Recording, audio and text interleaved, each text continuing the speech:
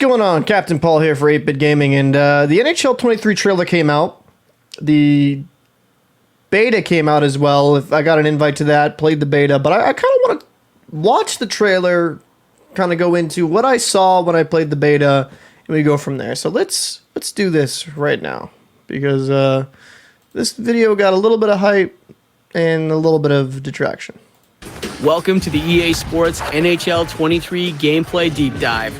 We're excited to show you some all-new features, like last chance puck movement, real-time strategies, X-Factor updates, and more. Last Chance Puck Movement is a new series of desperation gameplay animations that add an extra layer of authenticity and excitement. All right.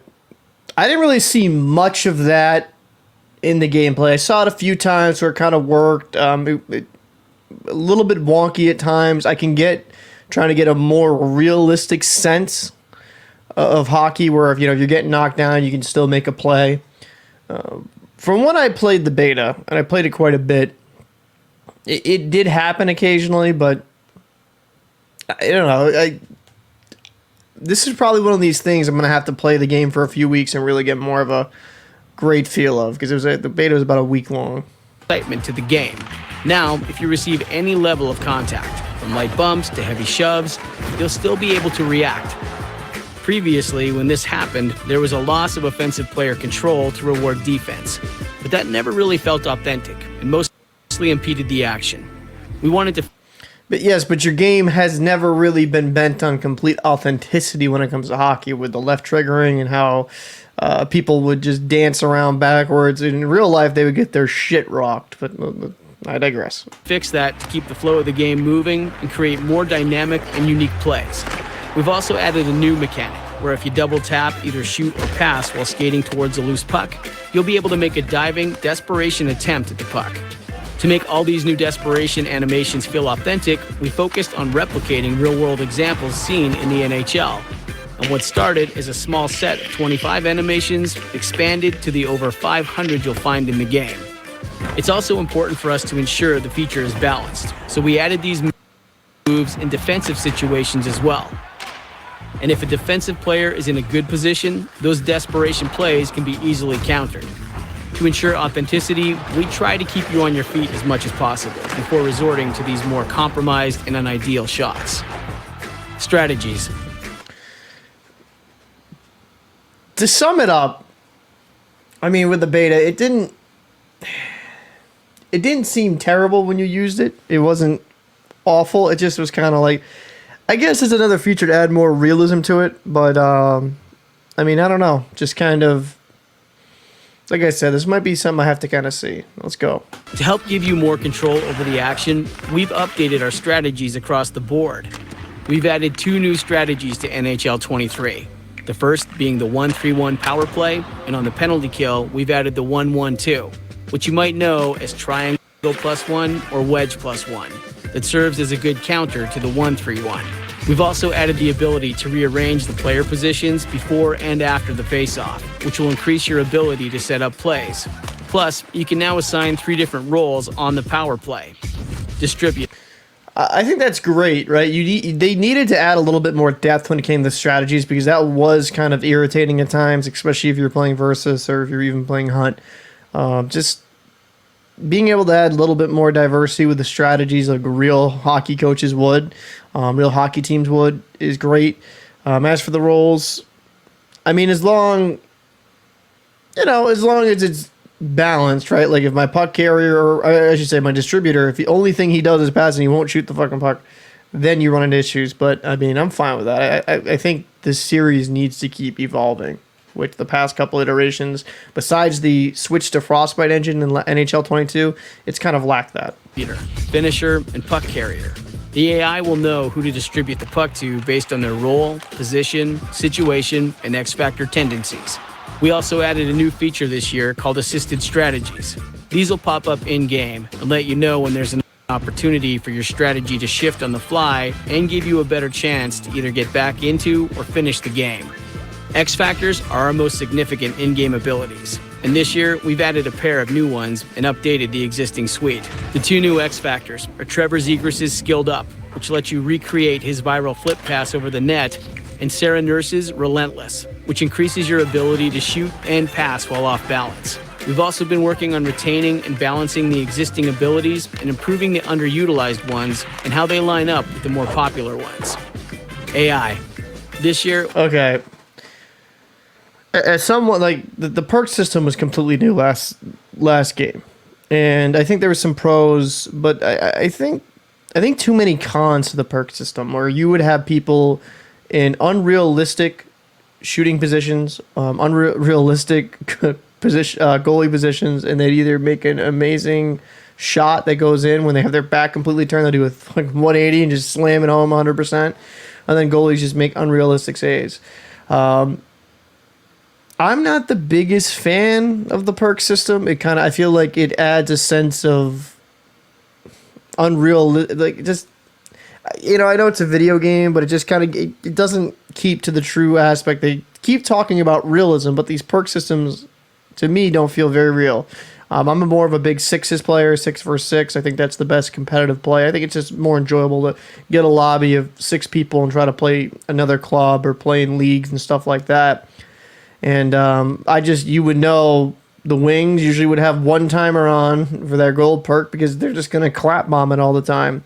And I felt bad at time because goalies just had such a massive disadvantage. If they had a gold one timer, even if sometimes they're in the correct position, won't make the save. So it's like, I think the perks should add something to it, but I think certain perks last year, and hopefully they balance it out a little bit more, were just far too overpowered. We focused on updating our AI's goaltending and teammate awareness abilities.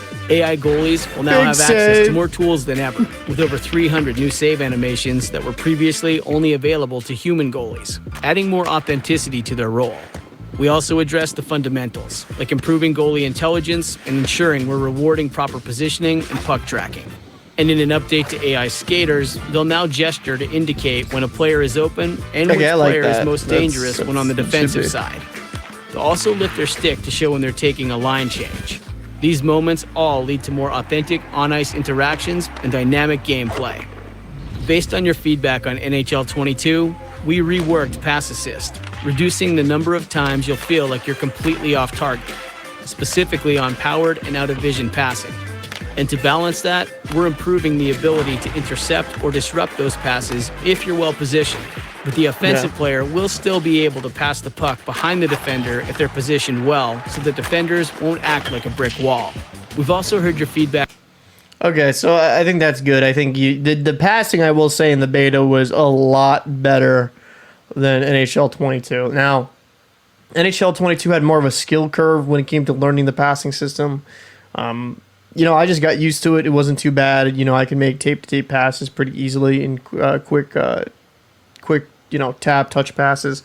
But at the same time, there would be times where if there was 2 guys in the same area, instead of like going to either guy, it would sometimes just go right in between them. And I think, the passing on the beta was very, very crisp. Is something I enjoyed. And as for the defensive positioning, as long as I'm able to square up and take the proper passing lane, like for example, if I'm a left-handed defenseman and I'm left triggering, in NHL 22, if you held down LT or L2 if you're PlayStation, your guy wouldn't pick up the puck for whatever reason. When you let go of the left trigger or the L2 button, you would just, your puck pickups would be far superior. And that was kind of infuriating because if I'm playing it correctly, right, if the shooter's on my forehand, I'm a left defenseman, I'm squared up, so I'm in that passing lane. I mean, if I'm holding left trigger, that shouldn't affect my ability to make it. Now, if it's going to my right side of guys behind me and I'm not properly positioned and I don't have my stick over there, fine, make the pass go around me. That is based on realism. So I'm hoping, from what I've seen, I play a little bit of defense. I did like some of the puck pickups. A few wonky things would happen from time to time, but I did think that was a good improvement. Back around poke checks. So we reduced player movement speed while in the defensive skill stick and decreased the effectiveness of poke checks when chasing or in a poor position. In addition, we increased puck carrier speed to create more separation between players and ensure that the fastest skaters in the league act like it.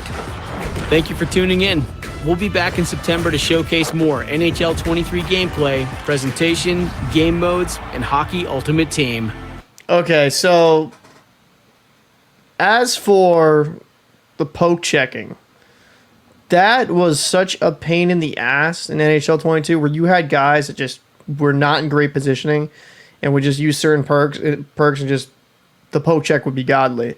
It actually makes playing defense in NHL 22, if you know how to play it, very boring and very easy. But, I think 23, if it stays with this, will be a little bit more balanced. And also, when you're holding out the stick in NHL 22, if you're holding down the right bumper, or R1, I believe it is on PlayStation, you would get a speed burst, right? You have you floating your stick out there, aiming it with your right analog, and you would skate faster. In NHL 23, they made it that you skate slower. It actually dramatically slows you down, which I don't know how I feel about that. I don't think you should get a godly speed burst because I think that was just goofy. But I don't think having your stick out, you should move any slower. I understand why they did it, so people can't abuse that. It's got to be a little bit more like, if I'm gonna poke, it's gonna be a little bit more, I would say, skillful or a little bit more thought-provoking before you hit that button because you're going to slow down dramatically. But that was something I was kind of lukewarm on. I think they should have just fixed the bug and just had him skate like maybe normal hustle speed or just normal skating speed instead of giving him a speed burst. And as for, I'll say this. The one thing I don't like in this trailer, I'm just going to kind of rewind it back. Actually, before I get into that, the speed is also a big thing. I noticed certain builds, like two-way forward, a few more degrees, a few more points of speed. I do like that a 93 speed will blow by someone with 87. I thought that was a big issue in NHL 22. Like, it didn't matter if you were like an 86, 87 to a 93 speed. Every player felt like they played the same exact speed. There'd be those certain situations where if you had a smaller build, you felt that burst. But it was just not that great. And I do like how they making the fast players feel fast. As long as it's balanced, and if you're a slower, bigger guy, you're able to throw those guys off if you're indeed stronger. For the trailer, obviously they're trying to sell you a product. They're trying to do a lot. But here at 8-Bit Gaming, we're just going to give you the authentic, real skimmy here.